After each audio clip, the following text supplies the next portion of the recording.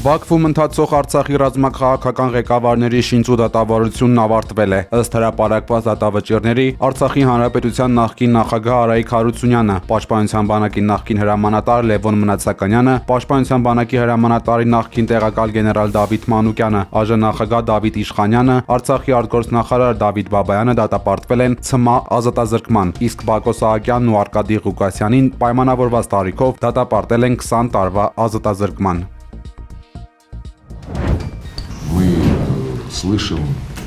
от руководства Армении. Մոսկվայում կայացել է Հայաստանի ազգային ժողովի նախագահ Ալեն Սիմոնյանի եւ Ռուսաստանի արտգործնախարար Սերգեյ Լավրովի հանդիպումը, որի ընթացքում քննարկվել են երկկողմ հարաբերությունների օրակարգային խնդիրներն ու տարածաշրջանային անվտանգության հարցերը։ ԵՄ-ի Հայաստանի ընտրություններին ռուսական միջամտությունը կանխելու համար օգնության կոչերը Լավրովը սադրիչ է անվանել։ Նա հույս է հայտնել, որ պաշտոնական Երևանի պատասխանատու քաղաքական գործիչները գիտակցում են նման մոտեցումների վտանգավորությունը, միաժամանակ շեշտելով, որ Մոսկվան հարգում է Հայաստանի ինքնիշխան ընտրության իրավունքը եւ շահագրգռված է ուժեղ ու ինքնաբավ դաշնակցի գոյությամբ։ Անդրադառնալով Եվրամիության հետ Հայաստանի հնարավոր մերձեցմանը, Լավրովը նշել է, որ ԵՄ անդամակցությունը անհամատեղելի է ԵԱՏՄ-ի հետ, սակայն Ռուսաստանը կհարգի Երևանի ցանկացած որոշում։ Նա տարօրինակ է համարել Հյուսիսից բխող հիբրիդային սպառնալիքների մասին հայտարարությունները, հավելելով, որ հենց Արևմուտքն է Հայաստանին դնում արհեստական ընտրության առաջ։ Армения заинтересована в связях с Россией, и другого понимания в Армении нет. Ալեն Սիմոնյանն իր հերթին բարձրաձայնել է հայկական կողմի մտահոգությունները ռուսական հանրային տիրույթում հնչող հռետորաբանության վերաբերյալ, նշելով, որ որոշ հայտարարությունների նկատմամբ բացասական արձագանքը պայմանավորված է Մոսկվայի կարծիքի կարևորությամբ։ Ազգային ժողովի նախագահը վստահեցրել է, որ Հայաստանը չի փորձում որևէ քայլ ձեռնարկել Ռուսաստանի դեմ եւ շարունակում է նրան ընկալել որպես բարեկամ ու դաշնակից։ Սիմոնյանը փաստել է, որ թեև Երևանը դեռևս ունի չպատասխանված հարցեր ՀԱՊԿ-ի վերաբերյալ, սակայն իշխանությունը չի քննարկում ԵԱՏՄ-ից դուրս գալու հարցը եւ շահագրգռված է Ռուսաստանի հետ կապերի զարգացմամբ։ Հանդիպման ավարտին կողմերը վերահաստատել են բարձր մակարդակի շփումների ինտենսիվությունը պահպանելու պատրաստակամությունը։ Սերգեյ Լավրովը հավելել է, որ Ռուսաստանը մնում է Հայաստանի հիմնական առևտրային գործընկերը եւ պատրաստ է աջակցել տարածաշրջանում տնտեսական կայունության հաստատմանը։ Мы неоднократно говорим. Уважаемые коллеги, Եվրոպական միությանն անդամակցելու որոշումը հայ ժողովրդի ընտրությունն է, բայց Երևանը պետք է հաշվի առնի Եվրոպական միության փոփոխվող բնույթը, որը տնտեսական միությունից վերածվում է ռազմաքաղաքականի, հայտարարել է Ռուսաստանի փոխվարչապետ Ալեքսեյ Օվերչուկը։ Հռետորական հարց է հնչեցրել Դաշնության փոխվարչապետը, արդյոք հայերը պատրաստ են միանալ ռազմաքաղաքական միությանը, շեշտելով ներկայումս Ռուսաստանի նկատմամբ ագրեսիվ տրամադրվածությունը։ Օվերչուկը հավելել է. մեջբերում, մեկ կամ մյուս ինտեգրացիոն միավորման օգտին ընտրությունը միշտ հայերինն է։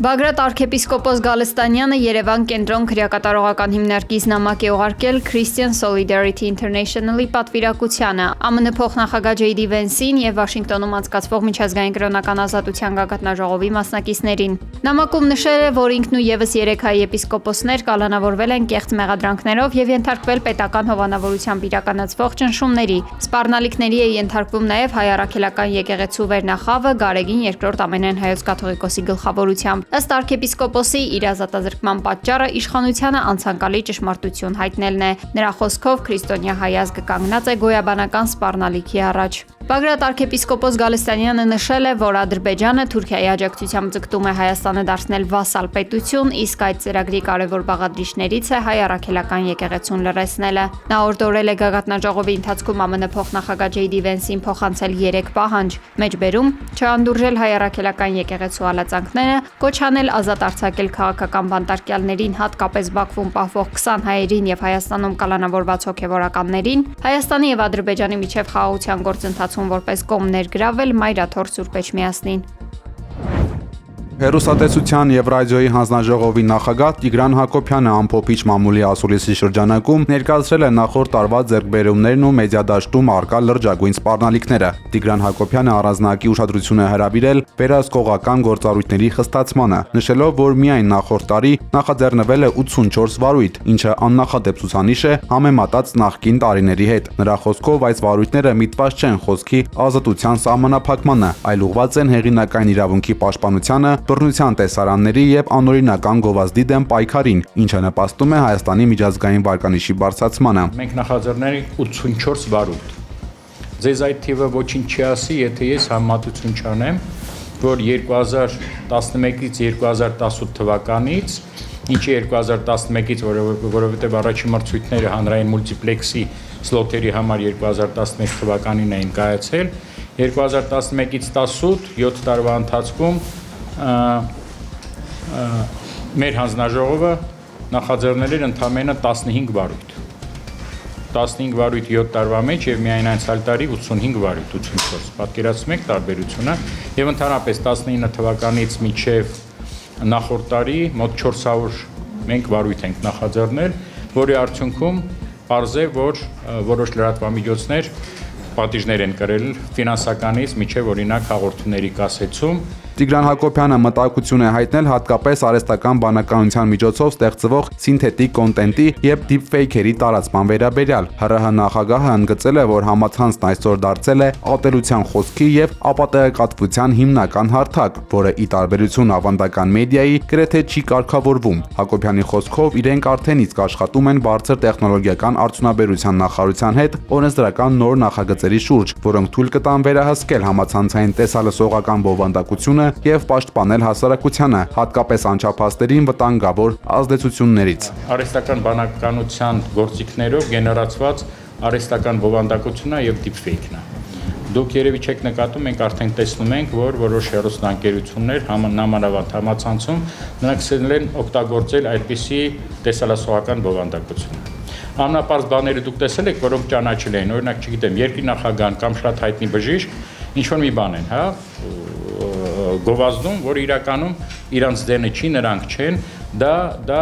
մենք անզեն աչքով տեսնում ենք, բայց այսօրվա տեխնոլոգիաներով արդեն կամաց այդ բովանդակության մեջ, հատկապես համացանցային հեռուստաընկերություններում ներածում են այդպիսի սյուժեներ, որոնք անզեն աչքով մեր շատ ջուրահավատ շատ ժամանակ մեդիագրագիտությունից դուրս հասարակության հատվածները նրանք չեն կարող հասկանալ, որ դա իրականություն չի եւ այդ դիփֆեյքերը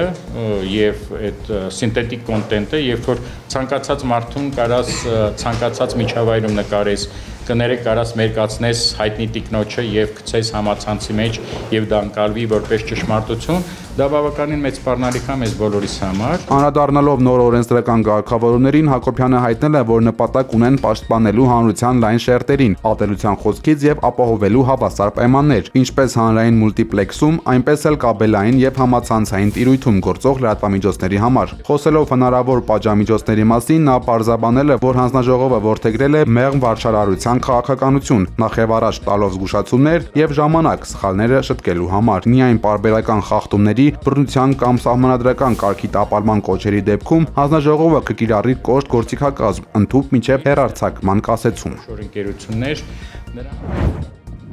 Իրանի արտգործնախարար Աբբաս Արաղչին հայտնել է, որ ԱՄՆ-Իրան միջուկային բանակցությունները կկայանան Օմանում ուրբաթ։ Մինչ այս հայտարարությունը Վաշինգտոնը մերժել էր բանակցությունների վայրն ու ձևաչափը փոխելու Թեհրանի պահանջը, փաստացի տապալման եզրին հասցնելով Ստամբուլում նախատեսված հանդիպումը եւ մեծացնելով Թրամփի ռազմական ուժի կիրառման հավանականությունը։ Պաշտոնական Իրանը հայտարարել էր, թե քննարկումները պետք է տեղափոխել Օման եւ օրակարգը սահմանափակել բացառապես միջուկային հարցերով։ Միացյալ Նահանգներն իր հերթին պահանջել տարածաշրջանային դաշնակիցների ներգրավվածությունն ու հրթիռային սպառնալիքների պարտադիր ներառումը բանակցային գործընթացում։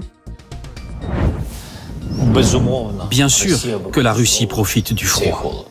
Պուտինը վախենում է Թրամփից, իսկ Թրամփը Պուտինից ոչ։ Ֆրանսիական հեռուստաալիքի եթերից հայտարարել է Ուկրաինայի նախագահ Վլադիմիր Զելենսկին։ Ռուսաստանի նախագահը վախենում է միայն Թրամփից, դա փաստ է։ Եթե նախագահ Թրամփը գիտի, որ Պուտինն իրենից վախենում է, նա չպետք է ընդունի Ռուսաստանի առաջ քաշած բոլոր պայմանները։ Թրամփը հասկանում է, որ ունի ճնշման լծակներ, տնտեսական, ռազմական եւ պատժամիջոցներ։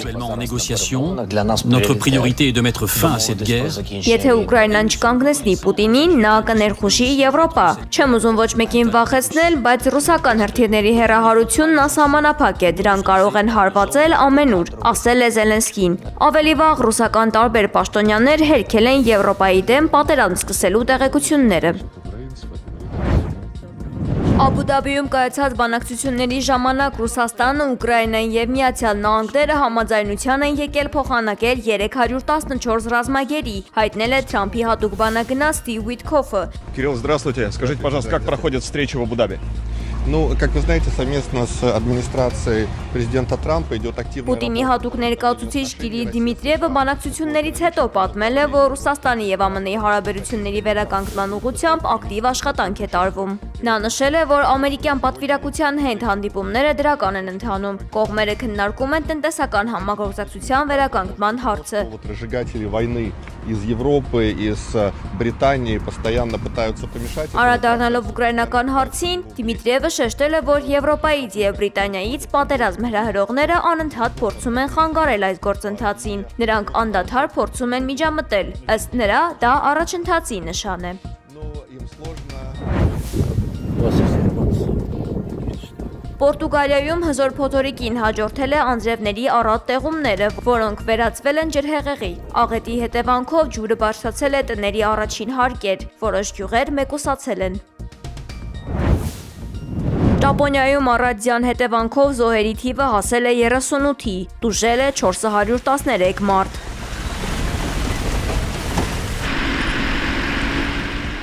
Եղանակային վատ պայմանների պատճառով կաթվածահար է եղել Ճապոնիայի շատ քաղաքների փողոցների երթևեկությունը։ Ձյան շերտի բարձրությունը հասել է ռեկորդային 4,5 մետրի։